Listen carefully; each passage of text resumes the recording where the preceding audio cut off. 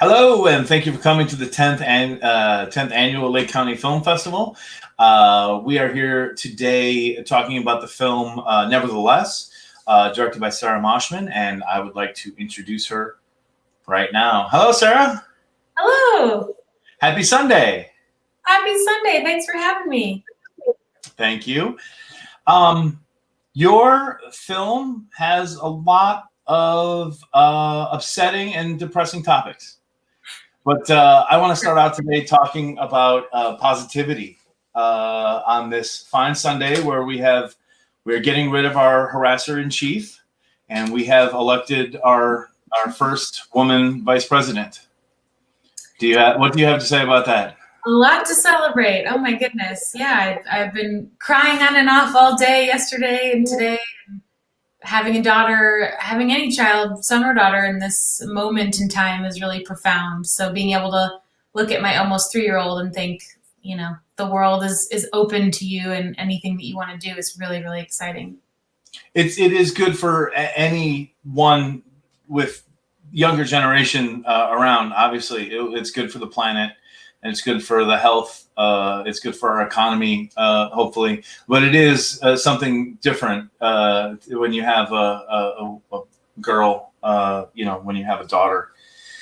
I just rewatched the film again, and I don't know where your stats came from. You've got a little sheet of stats about how many women are in the Senate and in Congress and statewide. Holding statewide positions, and those are probably, I'm guessing, 2 years from 2 years ago. It'd be last year, but yeah, those numbers are going to change right now. So yeah, so I looked them up. You've got Congress. You mentioned it's 20%. We are up to 25%. Right. Hey, it's a start. 25. 25.5 in the House and 24% in the Senate. You had 20% for statewide legislature. Apparently, we're up to 29. Oh, right, great. And it says we're 18% on governors, and you had 10. I don't know who might have switched. Again, I don't know what that site was, but that's what I saw anyway. And of course, VP, which is exciting. Yes. And I wonder, the only number might have gone down would be women in the workforce. Women have been leaving the workforce in droves this year because of COVID-19 and lack of childcare. So all the other numbers seem to be going up, but that one actually might be down. Yeah, and I'm sure by that same token, I'm sure women in top grossing, top earning, I'm sure is going nowhere. I'm sure, CEOs probably hasn't moved too much. The first question I usually ask people is where you got the idea to make this film, but I'm kind of assuming that the events of 2016 and on, sparked you to make something, to do something, to tell a story. Absolutely. But really this began for me in 2017. I happened to have quite a moment with my neighbor. I live in Los Angeles. I was 6 months pregnant at the time with my daughter, Bryce, who's now almost 3. We were standing outside of our apartment building in Los Angeles, and my neighbor, this guy, white, straight, cisgender, normal dude who we liked and interacted with pretty frequently, came up to us and he was like, "Hey, congrats. Do you guys know what you're having yet, a boy or a girl?" And we said, "No, we're not sure yet. We haven't opened the envelope, but we're hoping for a girl. But good either way." And he said, without skipping a beat, this guy out of nowhere goes, "You know what? It's fine. If you end up having a daughter, all you have to think about is that someday someone's going to fuck your daughter. And then it's fine. And then it's all good." And we were just so frozen by that comment. They say that you fight or flight, but there's also something called freeze. And that's definitely what happened to me, at least. And, he said this to me and my husband. And it was just such an eye-opening moment because I'll speak for myself. I tend to think, oh, those people that think that way are over there. And I think this election teaches us really a lot about this, that these behaviors, these biases, these notions are really baked in, to our culture, and it's the water that we're all swimming in.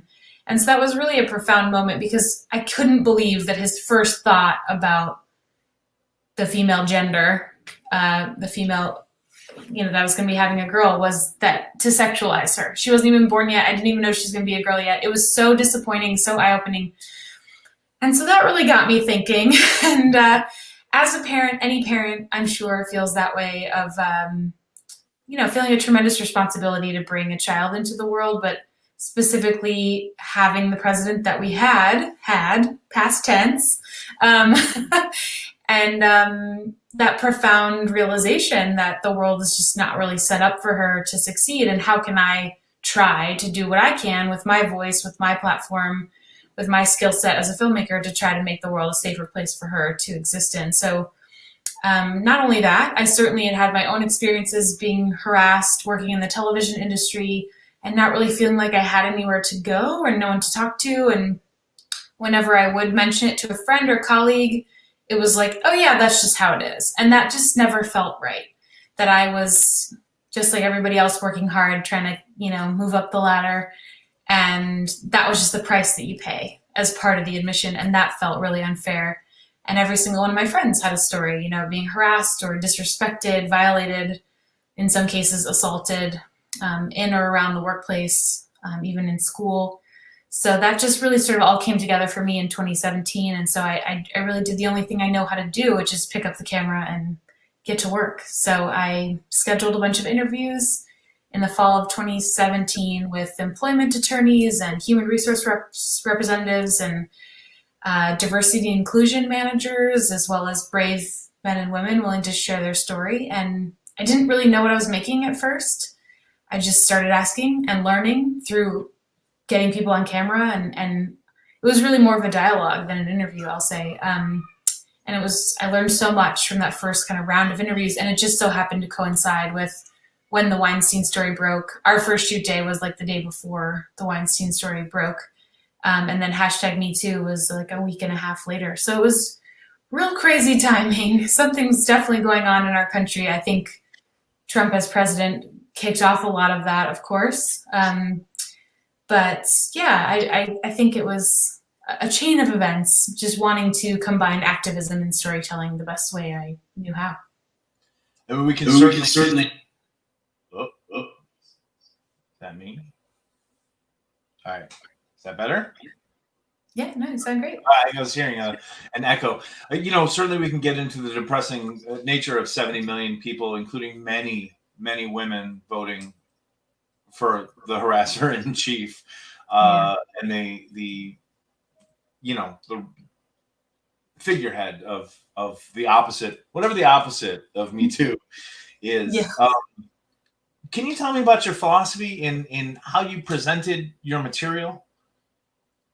Sure. So I wanted the film to be different. I wanted the film to be a tool for change, for conversation, for dialogue. And to me, all the stories that were coming out, and there were so many every single day, obviously, especially in 2017 with Me Too unfolding, so much of the focus was on, oh, how the mighty have fallen. And these big splashy lawsuits and A-list white celebrity actresses is the reason that we were all paying attention. And I just wondered about the real people behind the headlines, that the focus was not placed on the real human beings behind these stories. And it was just about the lawsuits and people getting fired. And of course, that's important, the consequences for those top people that should never have behaved that way. But I wanted something different. And there was a lot of films coming out, and still are, about Me Too, and they're all important in their own way.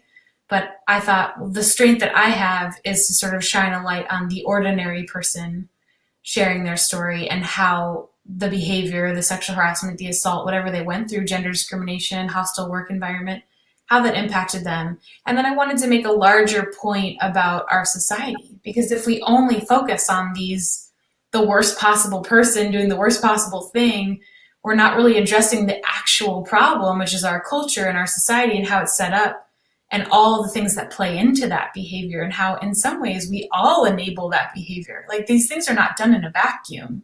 Harvey Weinstein didn't do his egregious behavior in a vacuum alone. There was a whole system of people that supported that through the paying people off and lawyers and, the coworkers that didn't speak up, that didn't listen. There's a web of people that enabled Harvey Weinstein's behavior that won't go to prison and perhaps shouldn't, but it's important to acknowledge all the factors that led us there. So the film, is the 7 individual stories of men and women who have experienced sexual harassment in the workplace, but also it's about toxic masculinity and the way we socialize our children, our legal system, intersectionality and privilege. I wanted to find a way to weave all that together so that people finish watching the movie and think about their role in the problem as well as their role in the solution. I think Again. Oh man. Better? Okay, awesome. Sorry. I think your real strong suit, there are probably a ton of similar movies that are in development and going on, but I feel like the one thing you did that was really fantastic is you kept it simple.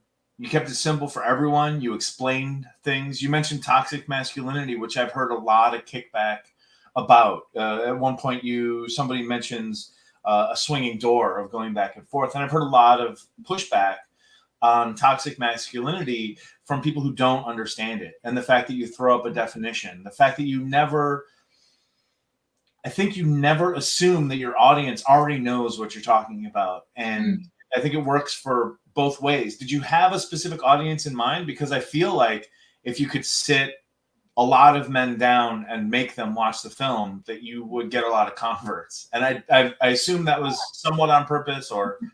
Yeah, absolutely. I definitely didn't want to just preach to the choir, as they say, and only have women watch a film that are already well versed in these subjects and say, okay, yeah, I knew that, or I know what toxic masculinity is. I don't need the definition.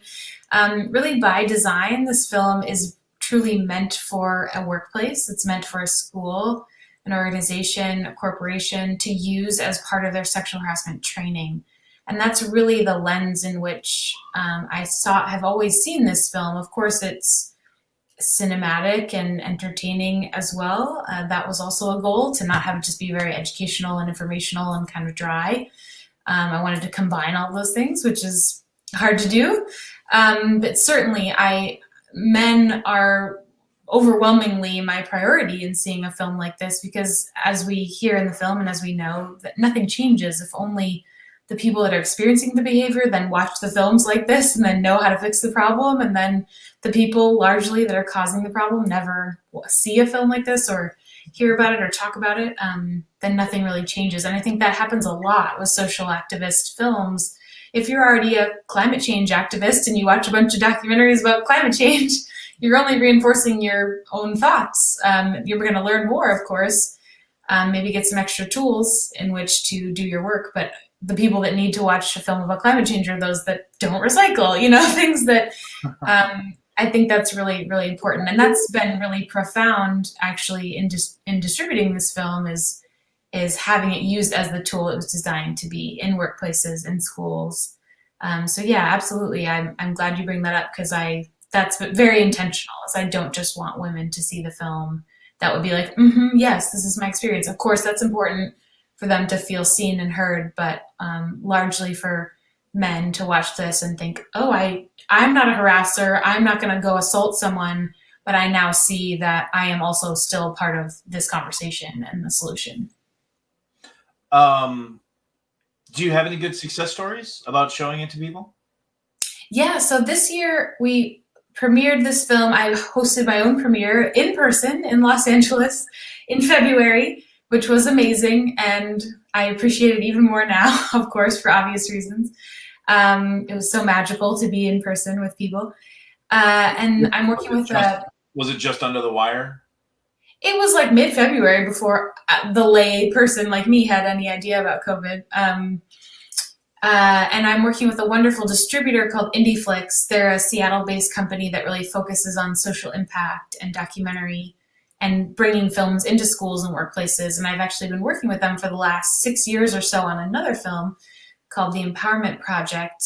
And so we had all these grand plans for this year to be out traveling and showing the film and talking in person with people, of course. But truly, the virtual model has been really valuable for a film like this, unexpectedly. It's been wonderful to be able to share this film with workplaces and schools when, they're kind of hungry for content in a way that they might not have been in a regular year, as well as because the subject matter is so sensitive and some people might be triggered by hearing these stories. It's been really lovely that people can anonymously ask questions and tell their story and speak up in the virtual model. So that's been great. So we essentially, if a workplace or school wants to provide the content to their students or workers, they get like a whole dashboard of tools to go with it. So it's not just the film. They get a quiz and a survey they can circulate internally. They get our discussion guide.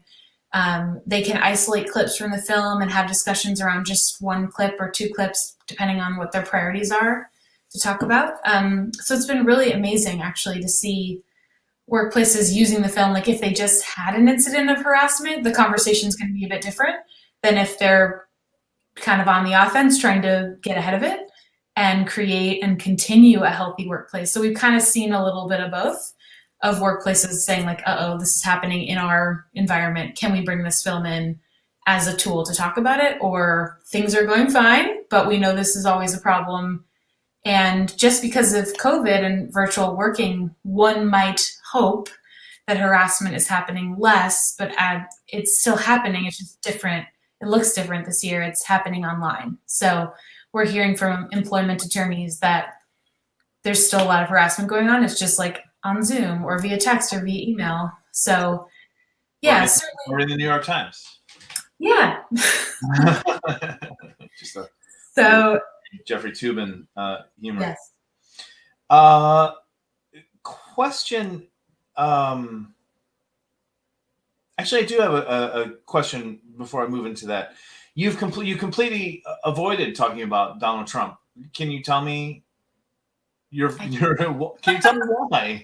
Yes, well, I guess I want this film to stand the test of time, and I hoped in my heart that he would not be in our cultural zeitgeist for long. And also just we've seen the tape, we've heard the thing over and over and over again, and we all know it, and we don't need to hear it again. So I just really, it's funny, in my first feature doc, The Empowerment Project, we interviewed a Miss USA.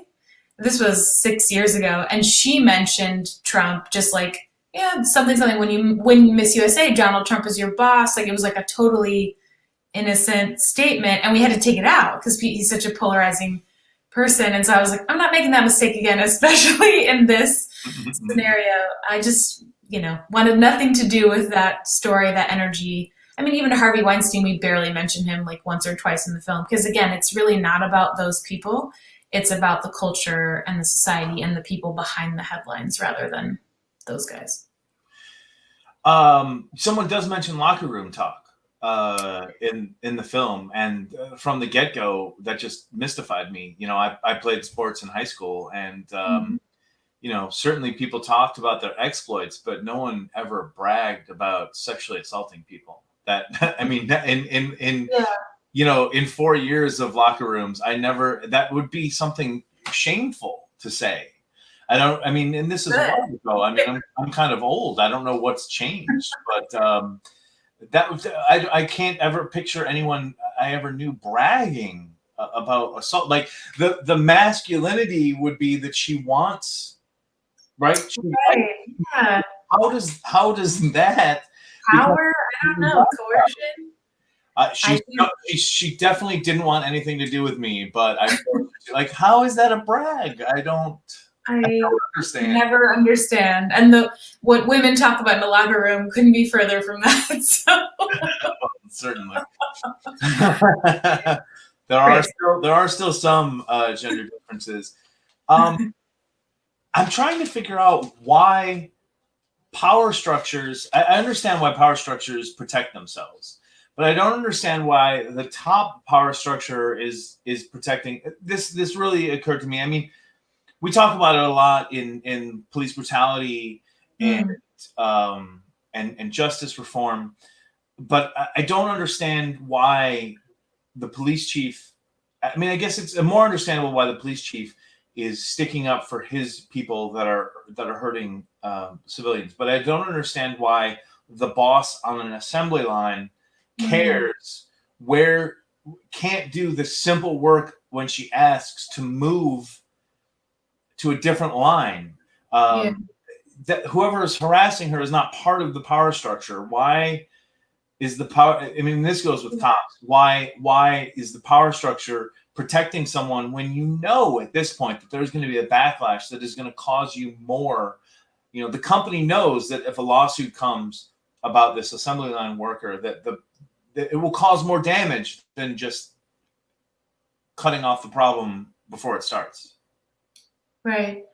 Yeah, I mean, you're referring to Tanya's story in the Ford auto plant worker. It's heartbreaking because on the one hand, she did mention in the interview, which wasn't really included in the film, was that they're all part of a union, and the guy that was harassing her kept saying, you know, you don't have any power in the union. I've got friends in high places.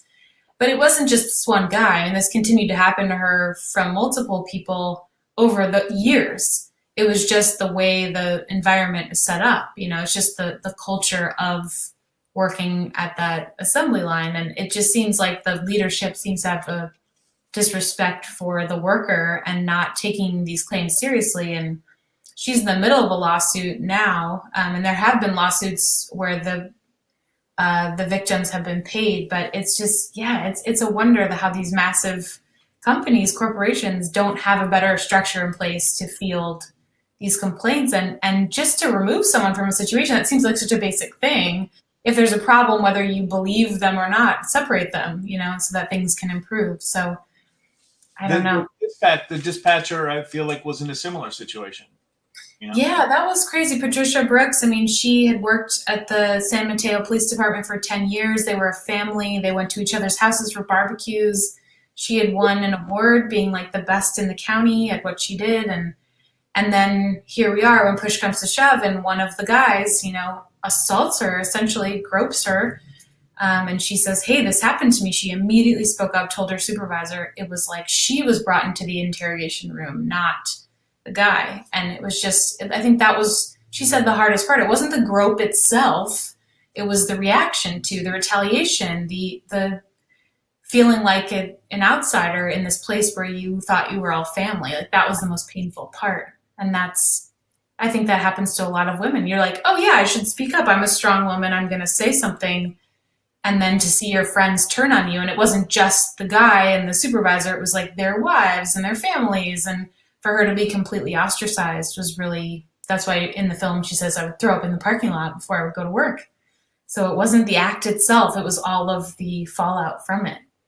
The story moves from her to the one, I'm sorry, I didn't write down anyone's names. Yeah, Amani Lyle, the writer's assistant. I'm friends. Yeah. Yeah, and both of them talk about how they're acclaimed, and it's almost like I can understand when you see someone on the street and sexualize them or commodify them and feel that is their only worth. But these are two people who had already proved their worth in different ways, and were already acclaimed for it. And I just, again, it's just the power structure. I don't understand why, if they've already proven their worth, why the power structure doesn't value their worth in a way that would push them through it. Yeah, I mean, I think it's just a valuing of the male, especially white male experience more. I think that's what this boils down to. That's what I felt when it happened to me. Like I was a hard worker, you know, worked my butt off in TV. And then when it came time to complain, it was like, oh, that's not how that's just the environment. You can't take a joke, just put up with it. Like there was no acknowledgement of my experience. And I think that's what a lot of women go through and are sad to learn, that our experiences and our feelings somehow aren't as valid, aren't as important, especially if the person doing the harassing has more power, more fame, more money, more, you know, any of those things.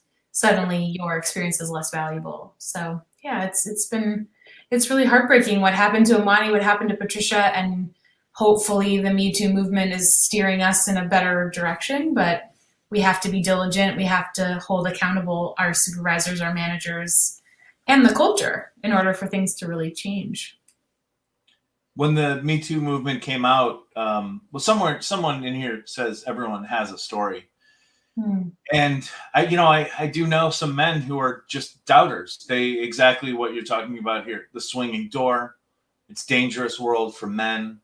Um, Concern trolling, and I tell all of them that when the Me Too came out, that I didn't.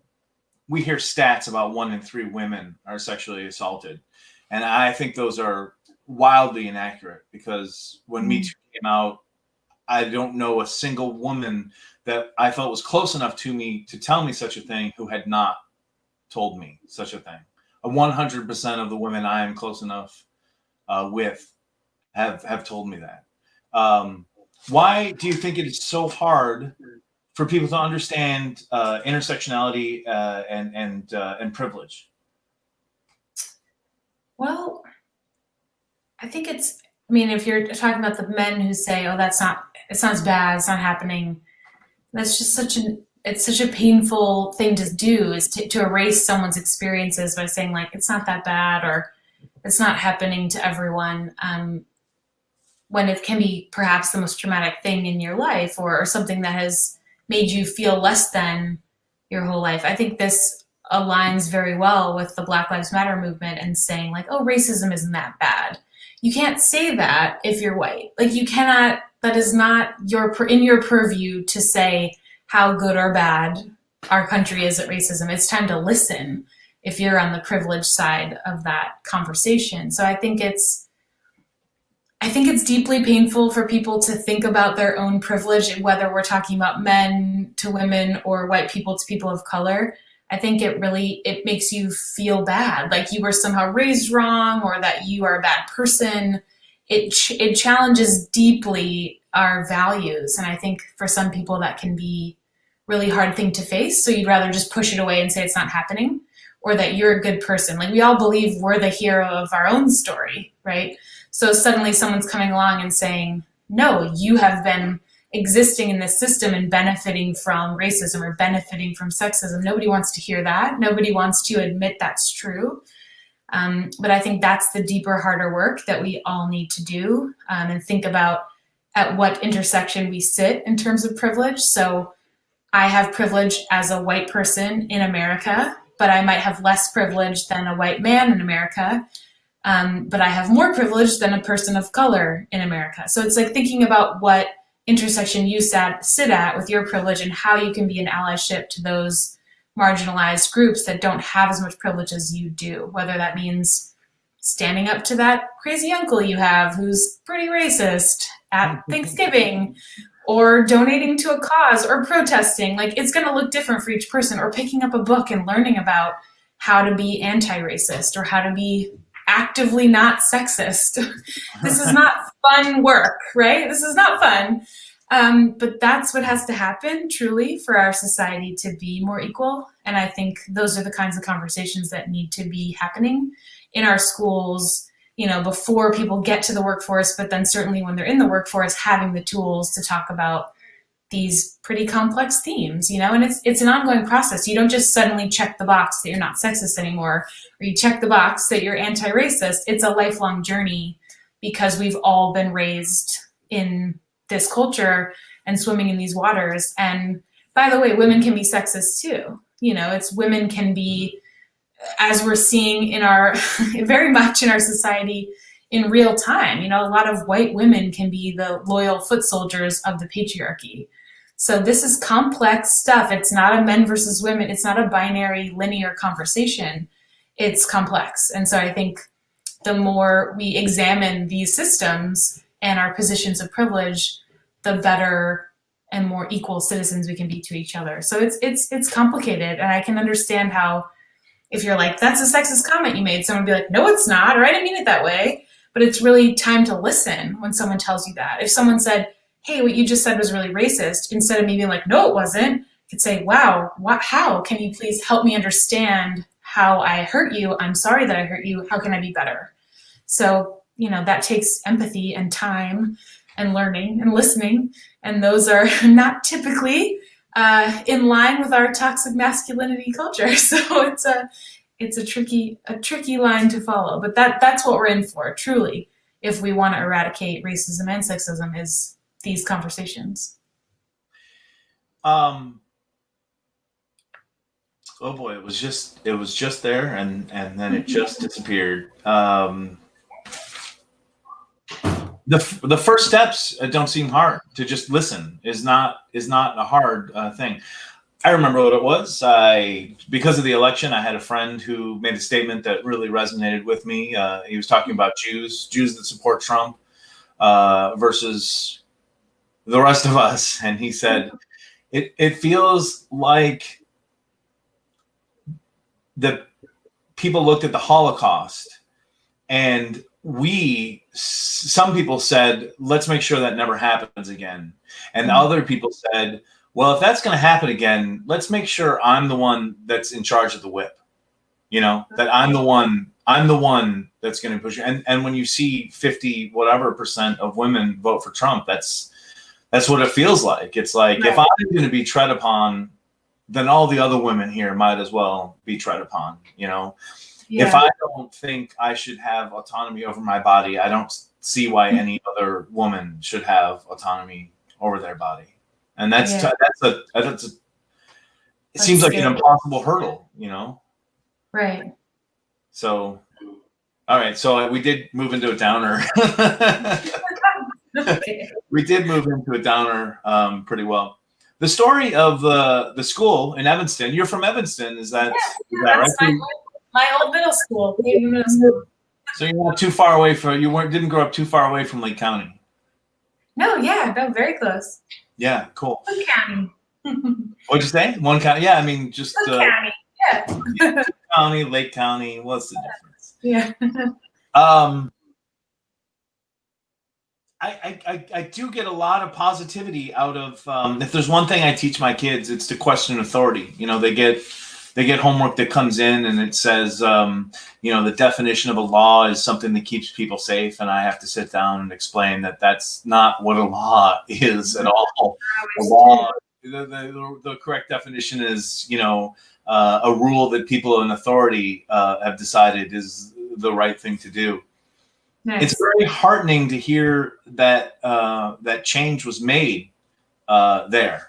That the community supported it and that the school acted. That's a real bright. Yeah. It's a real bright. We really wanted to end the film with this positive story and have focus on the youth and youth activism to really toss to this idea of like the next generation is going to grow up with Me Too and grow up with social media and feel that they deserve to be heard and their rights. And so I really wanted the film to end in a very positive way. That's who I am, is looking ahead with optimism and positivity. And I went to Haven Middle School, and when I went there in 7th grade, they wouldn't let us wear spaghetti strap tank tops, which still happens a lot in schools now. And we just didn't have the vocabulary for it. Like, we didn't have the same kind of enthusiasm and protesting and none of that. We just would complain to each other. And so I think that's part of the reason why I love this story. I heard about it in 2014 when it happened. And then when I was looking for stories to feature, Nevertheless, I was like, oh yeah, what about that dress code story? And contacted Lily and Juliet Bond, the mother-daughter. I just thought, wow, this is amazing. And this using all the tools at their disposal, speaking up. And I love that the boys participated too. Like, it wasn't just the girls, and that the language was what was problematic. It was, too distracting for the boys. That was really profound to hear. And then for Juliet to so eloquently explain how that really perpetuates like a rape culture and how that should never be the root of why girls should wear anything, is how boys are reacting to it. So I love that when they changed the dress code, they said everyone's in charge of their own personal distractions, which is perfect. Yeah. So yeah, dress codes are tricky. I mean, I'm sure every school has its own policy, and by the way, uniforms are not necessarily the answer. So I love that conversation, and I wanted to include like the youth perspective as much as possible at the end. Oh, we had to wear jackets and ties, and girls had to wear dresses when I went to high school. So. Yeah, I didn't really have that. Didn't have that situation. Well, that's a great point to end the movie discussion on. What's next for the film? I know you're doing a lot of outreach, community screenings? Is there a point where it'll be widely available? Yeah, at some point, sure. For now, we're completely focused with Inflix on screening workplaces and schools. Anyone can host a screening of the film for their school, corporation, workplace, organization of any size at neverthelessfilm.com. We have a button that says host a screening. IndieFlix will get in touch with you and coordinate how to do that, pricing, logistics, timing, all that. This year, we're 100% virtual, but of course, when people are ready to be in person, we can absolutely do that too. I would love to find a broadcast partner or a streaming partner down the road, but we're just doing so well with this virtual model and seeing real impact and having such robust, enlightening conversations on panels after watching the film. We have a 50-minute version of the film as well, so the film festival screened our 80-minute full film. But we have a cut down for 50 minutes that features 4 of the stories. So it can be a shorter event where it's like a 50-minute film plus a half-hour panel, and you're kind of in and out in an hour and a half. And that's been really wonderful as well. So we're just so grateful to see the impact that the film is making, and for workplaces and schools to use it as the tool it was designed to be. So yeah, we'll stick with this for now, and then we'll see what happens. Hopefully, generally there's a point where it becomes widely available and that stuff kind of dies down. But if this is successful, maybe you'll be able to get back into physical film festivals next year if you're still not on Netflix or PBS or whatever it is. And what are you working on next?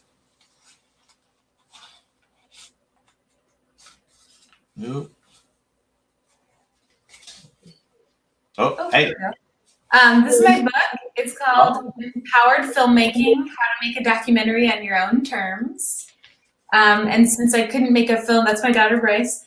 Since I couldn't make a film this year, which was really hard for me because I'm used to being in production and traveling, this is the book I've just been meaning to write for a long time. And so it's really kind of a case study of my 3 feature-length documentaries, how I raise the money, how I use the camera, how I interview someone, and how to distribute a film. So it's about like impact and revenue in the documentary space. So yeah, that's kind of been my creative project for the year, and it's on Amazon. We just released it a few weeks ago. So yeah, but I've got some things cooking up. I'm hoping next year, we all are hoping next year is a little bit more normal. I'm actually 8 months pregnant also, so I'm about to have my son. Thanks. I'm going to be having a son here in about a month. So yeah, it's an exciting time. I feel like, especially because of what happened yesterday with Kamala Harris and Joe Biden, things are looking up. I'm feeling a good energy for next year, and I hope to be back in production on new projects very soon. Yeah, I definitely felt like a huge exhale. Yeah, it's felt just good. I've got 2 kids, and you want to make sure that the world is better for them. Exactly. Yeah. All right. Well, thanks so much for our chat. It's such a pleasure to talk to you, and good luck with everything. And hopefully we'll see you again down the road. Thanks for joining us, everyone. And we'll see you in an hour.